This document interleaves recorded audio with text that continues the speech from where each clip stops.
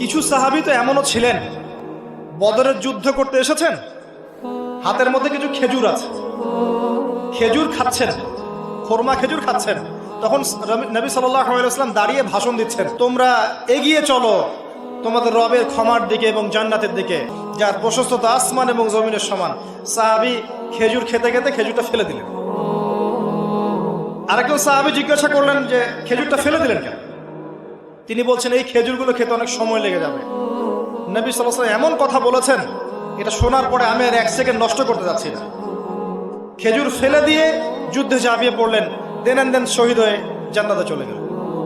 সুমাইয়া রাদিয়াল্লাহু আনহা, আবু জাহেল তাকে নির্যাতন করছে, তার লজ্জাস্থানে বর্ষা ঢুকিয়ে দিয়ে, চিন্তা করতে পারেন, লজ্জাস্থানে বর্ষা নিক্ষেপ করে হত্যা করলো। সুমাইয়া রাদিয়াল্লাহু আনহা দেখতে কালো বর্ণের, চেহারা সুন্দর নয়, হয়তোবা আপনার মতো সুন্দর নয়, জান্নাতে এখন হাসছে ইনশাআল্লাহ তাআলা।